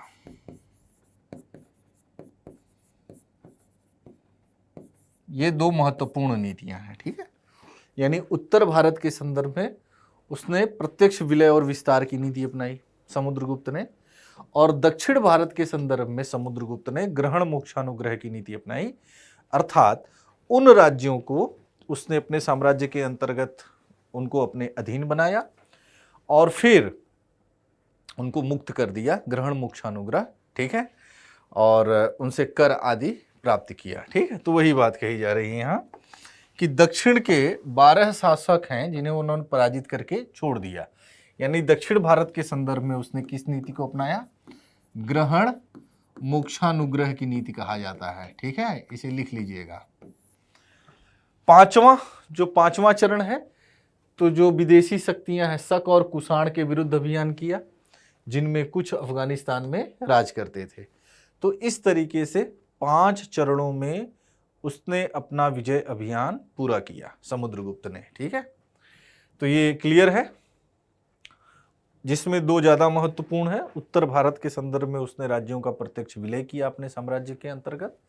दक्षिण भारत के अंतर्गत उसने राज्यों को पराजित करके छोड़ दिया, उनसे कर आदि प्राप्त किया। ठीक है। और फिर शक और कुषाणों के बीच में वो अपने अंतिम चरण में अभियान करता है। तो 5 चरणों में समुद्रगुप्त ने अपना विजय अभियान पूरा किया। एक चीनी स्रोत के अनुसार श्रीलंका के राजा हैं मेघवर्मन, ठीक है। मतलब एक चीनी स्रोत के अनुसार ऐसा कहा गया है कि श्रीलंका के शासक हैं, उनका नाम है मेघवर्मन। उन्होंने गया में बुद्ध का मंदिर बनवाने की अनुमति प्राप्त करने के लिए समुद्रगुप्त के पास दूत भेजा था, ठीक है। यानी कि वो गया में एक बौद्ध मंदिर बनवाना चाहते थे, तो उसके लिए उन्होंने समुद्रगुप्त के पास एक दूत भेजा था। समुद्रगुप्त ने उन्हें अनुमति दे दी और अनुमति मिलने के पश्चात ये मंदिर विशाल बौद्ध विहार के रूप में विकसित हुआ, ठीक है। तो ये भी एक महत्वपूर्ण जो है बात है समुद्रगुप्त के बारे में, ठीक है। तो समुद्रगुप्त के काल में श्रीलंका के शासक हैं मेघवर्मन।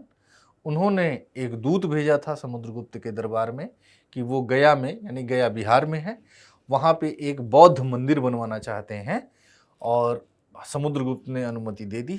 बाद में वहाँ पे एक विशाल बौद्ध मंदिर का निर्माण किया गया, ठीक है।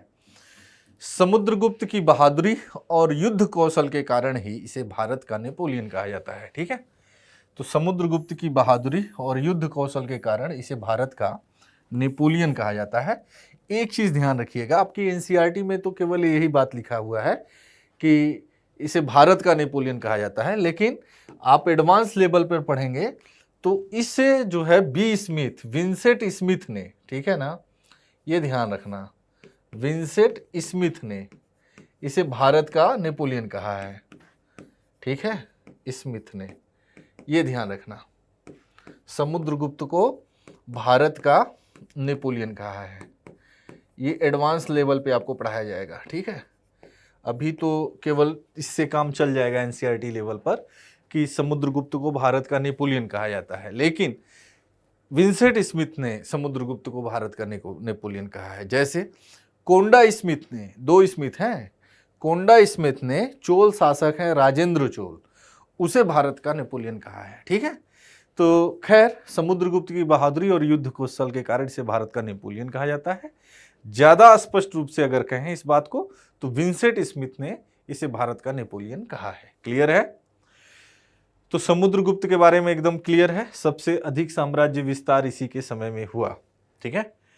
और समुद्रगुप्त अपने को लिच्छवी दौहित्र कहता था, चूंकि इसके पिता ने लिच्छवी वंश में वैवाहिक संबंध स्थापित किया और इसका जन्म उसी लिच्छवी माता से हुआ था, और लिच्छवियों की इतनी प्रतिष्ठा थी, समझ रहे हैं, कि समुद्रगुप्त ने अपने को लिच्छवी दौहित्र कहा, लिच्छवियों का पुत्र कहा, ठीक है, लिच्छवी पुत्र कहा, समझ रहे हैं।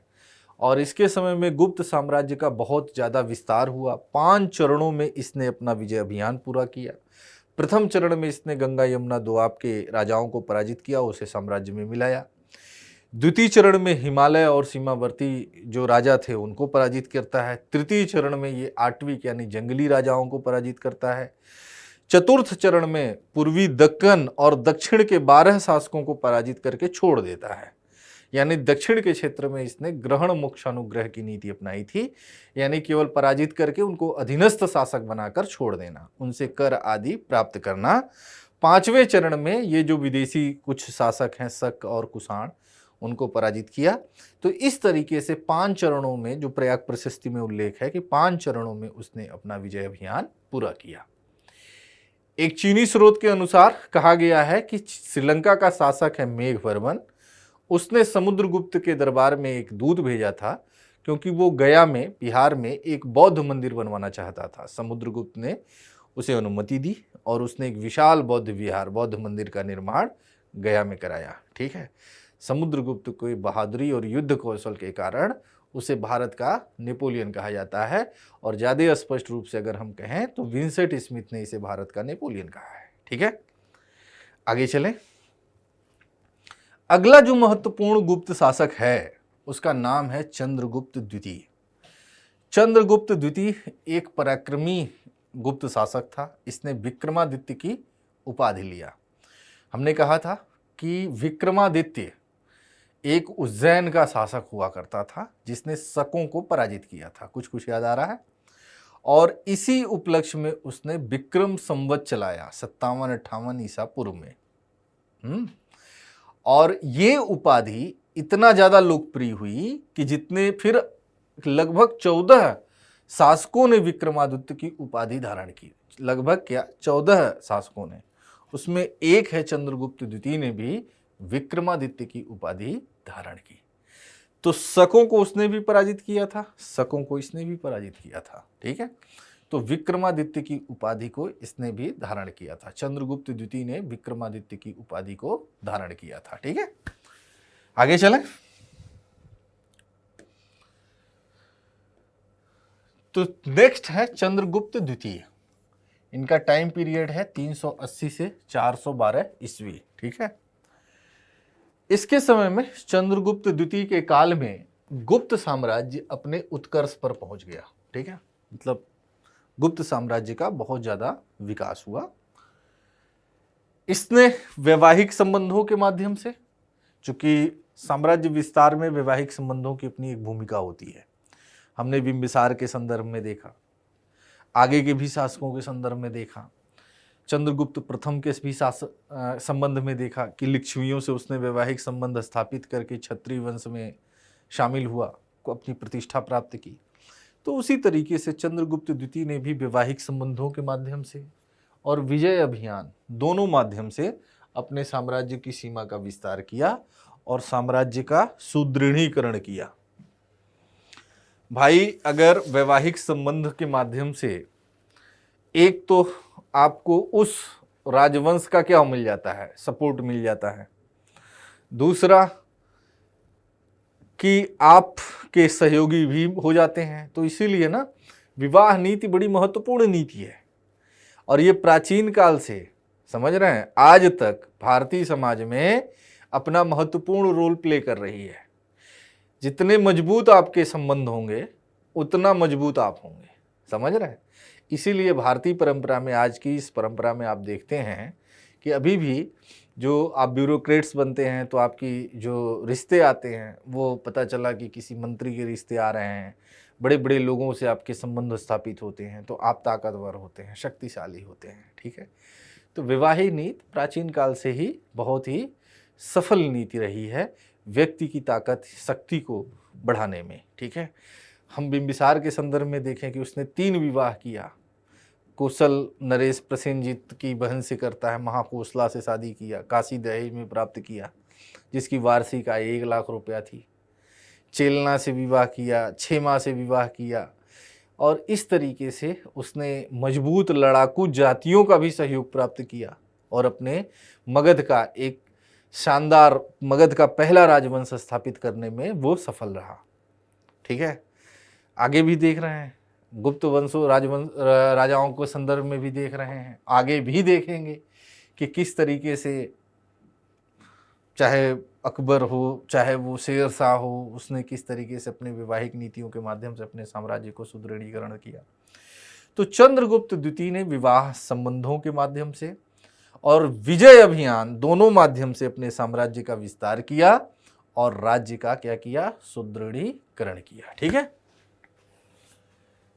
चंद्रगुप्त ने अपनी पुत्री है प्रभावती गुप्ता। एक तो इसने नागवंश, जो उस समय का बड़ा शक्तिशाली वंश हुआ करता था, नागवंश की जो कन्या है कुबेर नागा, उससे शादी किया था चंद्रगुप्त ने और अपनी पुत्री प्रभावती गुप्ता का विवाह वाकाटक वंश में किया था। वाकाटक उस समय दक्षिण भारत के अंतर्गत शासन कर रहे थे, तो वाकाटक वंश में किया था और इसकी सहायता से पश्चिमी शकों का अंत किया और पश्चिमी समुद्र तट तक साम्राज्य का विस्तार किया। ठीक है, यानी अपना विवाह इसने स्वयं अपना विवाह किया किसमें, नागवंश में किया। नागवंश की कन्या है कुबेर नागा। ठीक है, कुबेर नागा से विवाह किया। इससे जो है एक शक्तिशाली राजवंश का सहयोग प्राप्त करने में चंद्रगुप्त सफल रहा। दूसरी तरफ इसकी पुत्री है और उस पुत्री का नाम है प्रभावती गुप्ता और प्रभावती गुप्ता का विवाह किससे कर रहा है, वाकाटक वंश में,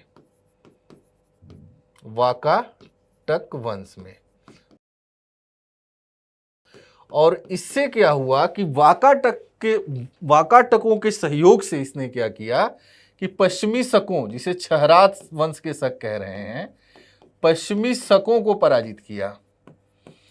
अब जब पश्चिमी शकों को पराजित किया तो वो गुजरात का समुद्र तटीय क्षेत्र, यानी कि अब पश्चिमी समुद्र तट पर क्या हो गया, गुप्तों का अधिकार।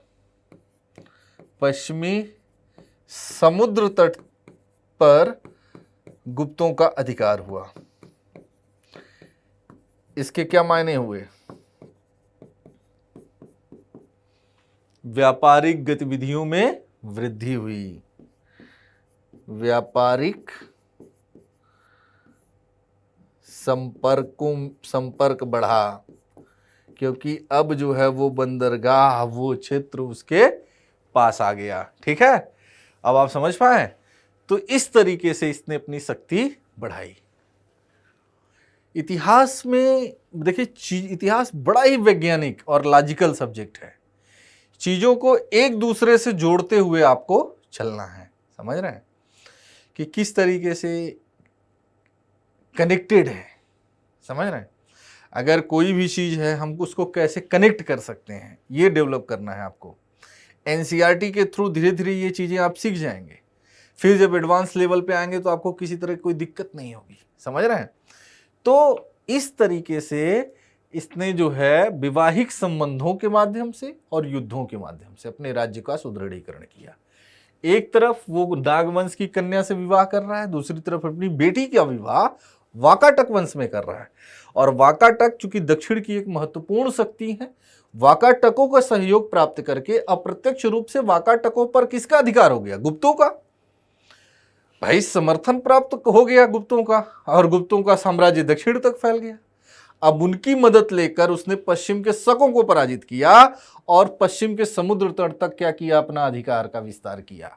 अब जब समुद्र तट तक वो पहुंच गए तो अब उनको बंदरगाही समुद्र क्षेत्र प्राप्त हो गया, अब जिससे कि उनके विदेशी व्यापार को क्या मिली, गति मिली और उनकी समृद्धि बढ़ी। यही कारण है कि सर्वाधिक सोने के सिक्के किसने जारी किए थे, गुप्तों ने, समझ रहे हैं। तो ये इनकी समृद्धि का एक कारण बना। चंद्रगुप्त द्वितीय ने उज्जैन को द्वितीय राजधानी बनाया था, ये ध्यान रखना। चूंकि उज्जैन का अपना एक महत्व है, एक महत्वपूर्ण नगर है उज्जैन, एक व्यापारिक स्थल के रूप में है। दो बड़े समुद्री मार्ग, एक कौशाम्बी से और मथुरा से आने वाले मार्ग कहाँ मिल रहे हैं, उज्जैन में। अभी पहले मैंने चर्चा किया। गोमेद कार्लेनियन पत्थर का निर्यात कहाँ से हो रहा है, उज्जैन से हो रहा है। तो उज्जैन एक महत्वपूर्ण नगर है, ठीक है। और उज्जैन को चंद्रगुप्त द्वितीय ने अपनी क्या बनाया, द्वितीय राजधानी बनाया, ठीक है। आगे चलें।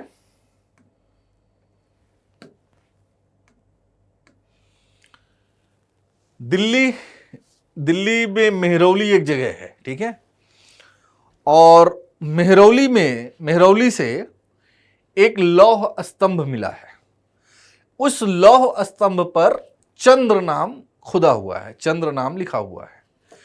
तो उससे अनुमान लगाया जाता है कि ये मतलब चंद्रगुप्त से इसका संबंध स्थापित किया जाता है, क्योंकि जब उसका टाइम पीरियड निकालते हैं तो गुप्त वंश के आसपास, गुप्त काल के आसपास उसका टाइम पीरियड आता है। वो इतनी उन्नत तकनीकी है वो लौह स्तंभ कि आज हजारों वर्ष हो गए वो उसी तरीके से अभी भी क्या है, खड़ा है। कुतुब मीनार अगर आप गए होंगे तो उसी परिसर में है वो, मेहरौली में। और मतलब वो गुप्त काल उच्चतम तकनीकी को भी दर्शा रहा है, समझ रहे हैं। तो दिल्ली के मेहरौली में एक अभिलेख से पता चलता है कि गुप्त साम्राज्य का प्रभुत्व पश्चिमोत्तर भारत और बंगाल के काफी भाग में स्थापित किया गया, ठीक है। चंद्रगुप्त द्वितीय ने विक्रमादित्य की उपाधि धारण की थी, और विक्रमादित्य नामक एक व्यक्ति था, उज्जैन का शासक था, जिसने 57-58 ईसा पूर्व में शकों को पराजित किया था। और फिर आगे चल के बहुत सारे शासकों ने विक्रमादित्य की उपाधि ली। उसमें एक शासक ये भी है चंद्रगुप्त, जिसने कि विक्रमादित्य की उपाधि धारण की, ठीक है। चंद्रगुप्त के दरबार में 9 रत्न रहा करते थे, और उन 9 रत्नों में कालिदास और अमर सिंह बड़े विद्वान थे, ठीक है। चंद्रगुप्त के दरबार में 9 रत्न थे। चंद्रगुप्त द्वितीय के दरबार में 9 रत्न रहा करते थे। और इन 9 रत्नों में कालिदास क्या थे? अग्रणी थे। कालिदास अग्रणी थे। ठीक है। कालिदास की बहुत सारी कृतियां हैं, आपने पढ़ा भी होगा। उसमें एक महत्वपूर्ण कृति है अभिज्ञान शाकुंतलम। और इस अभिज्ञान शाकुंतलम का सबसे पहले अंग्रेजी भाषा में अनुवाद हुआ था। ठीक है।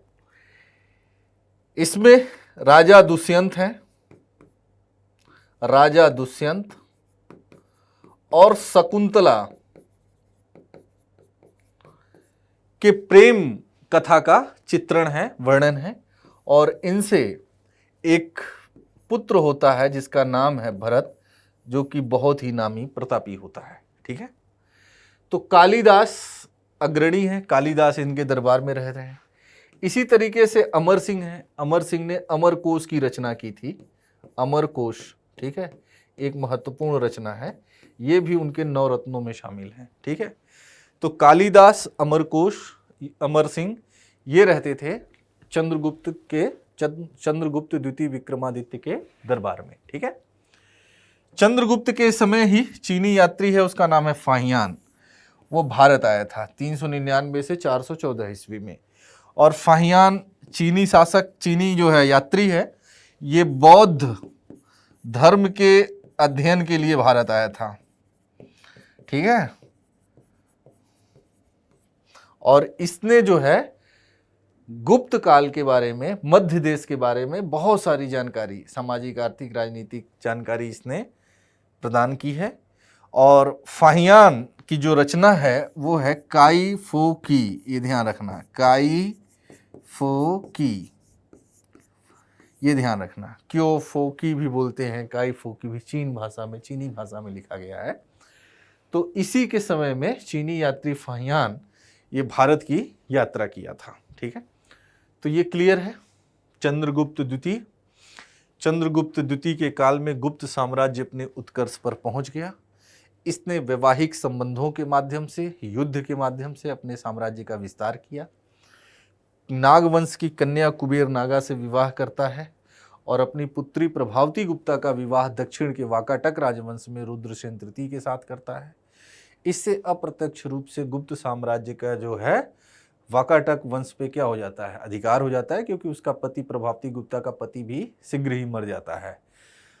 तो उसका पुत्र अल्पवयस्क पुत्र शासक बनता है। ठीक है। तो कुल मिला के वो गुप्त साम्राज्य के अंतर्गत आ जाता है। वाकाटक वंश के सहयोग से चंद्रगुप्त द्वितीय ने शकों को पराजित किया, पश्चिमी शकों को पराजित किया। इससे क्या हुआ कि गुप्त साम्राज्य का जो सीमा विस्तार है वो पश्चिमी समुद्र तट तक पहुंच गया। पश्चिमी समुद्र तट तक पहुंचने का आशय है कि आप समझ सकते हैं कि अब जो है व्यापारिक गतिविधियों में काफी वृद्धि या तीव्रता देखने को मिली। चंद्रगुप्त द्वितीय के ने उज्जैन चूंकि एक महत्वपूर्ण नगर था, एक व्यापारिक केंद्र है, व्यापारिक मार्गों का मिलन स्थल है, और यहाँ उज्जैन को इसने अपनी द्वितीय राजधानी बनाई थी। दिल्ली के मेहरौली में एक अभिलेख मिला है और उस अभिलेख से पता चलता है कि पश्चिमोत्तर भारत और बंगाल के काफी भाग पर चंद्रगुप्त द्वितीय का क्या है? अधिकार है। चंद्रगुप्त द्वितीय ने विक्रमादित्य की उपाधि धारण की। उज्जैन का एक शासक है, उसका नाम है विक्रमादित्य। 57-58 ईसा पूर्व में उसने शकों को पराजित किया था और इस उपलक्ष्य में उसने विक्रम संवत चलाया था। और भारतीय इतिहास में कुल 14 शासक हैं जिन्होंने विक्रमादित्य की उपाधि धारण की, उसमें एक है चंद्रगुप्त द्वितीय। चंद्रगुप्त के दरबार में 9 रत्न रहा करते थे और इन 9 रत्नों में कालिदास अग्रणी थे। कालिदास ने बहुत सारी रचनाएं की हैं, उसमें अभिज्ञान शाकुंतलम उनकी एक कालजयी रचना है। विक्रमोर्वशीयम है, बहुत सारी रचनाएं, मेघदूतम है, बहुत सारी रचनाएं कालिदास की। ठीक है। और कालिदास की अभिज्ञान शाकुंतलम में राजा दुष्यंत और शकुंतला के प्रेम को चित्रित किया गया है। उनसे एक पुत्र होता है भरत, जो कि काफ़ी इतिहास में काफ़ी नामी होता है। अमर सिंह भी रहते थे 9 रत्नों में। अमर सिंह ने अमरकोश की रचना की है, आगे हम पढ़ेंगे, साहित्यों में भी पढ़ेंगे। चंद्रगुप्त द्वितीय के समय एक चीनी यात्री है फाहियान, उसने भारत की यात्रा की थी। 399 से 414 ईस्वी तक वो भारत में रहा।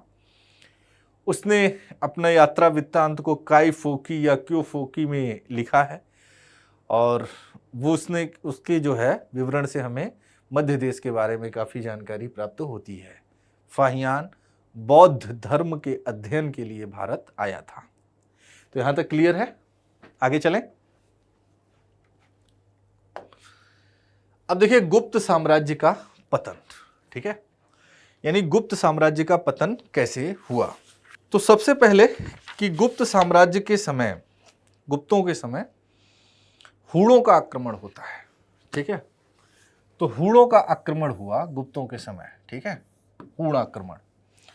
और उस समय गुप्त शासक हैं स्कंदगुप्त। स्कंदगुप्त ने हूणों के आक्रमण को रोकने का बहुत प्रयास किया।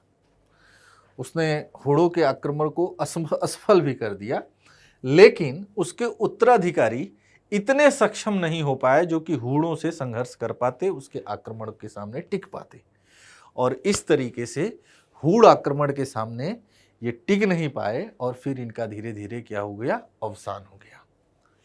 दूसरी चीज है कि गुप्त काल के अंतर्गत आप देखते हैं कि सामंतों की संख्या में वृद्धि होती है।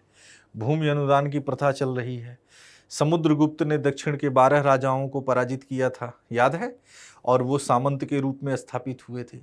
बहुत सारे अधीनस्थ राजा के रूप में विद्यमान थे।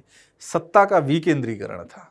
तो सामंतों ने अपनी स्वतंत्रता को घोषित करना शुरू कर दिया, क्योंकि जैसे ही केंद्रीय सत्ता कमजोर हुई, सामंत अपने को स्वतंत्र शासक घोषित करना शुरू कर दिए।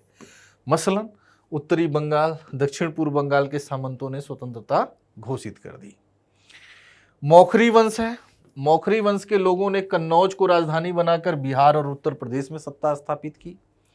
बल्लवी वंश है, इसने गुजरात में अपनी जो है सत्ता स्थापित की, गुजरात और पश्चिमी मालवा में अपनी सत्ता स्थापित की। गुप्त शासकों को विशाल वेतन भोगी सेना को वेतन देने में कठिनाई आने लगी। कारण क्या था कि वाणिज्य व्यापार का पतन भी होने लगा इस काल में, क्योंकि 550 ईस्वी के आसपास रोमवासी रेशम बनाने की कला को चीन से सीख लिए थे, तो भारत से निर्यात प्रभावित हुआ। इसके साक्ष्य भी मिलते हैं। गुजरात के लाट प्रदेश से बहुत सारे रेशम बुनकर मालवा में आए और उन्होंने अपने व्यवसाय को छोड़ दिया। तो गुप्त शासकों को विशाल वेतन भोगी सेना के रखरखाव में भी कठिनाई आने लगी, ठीक है।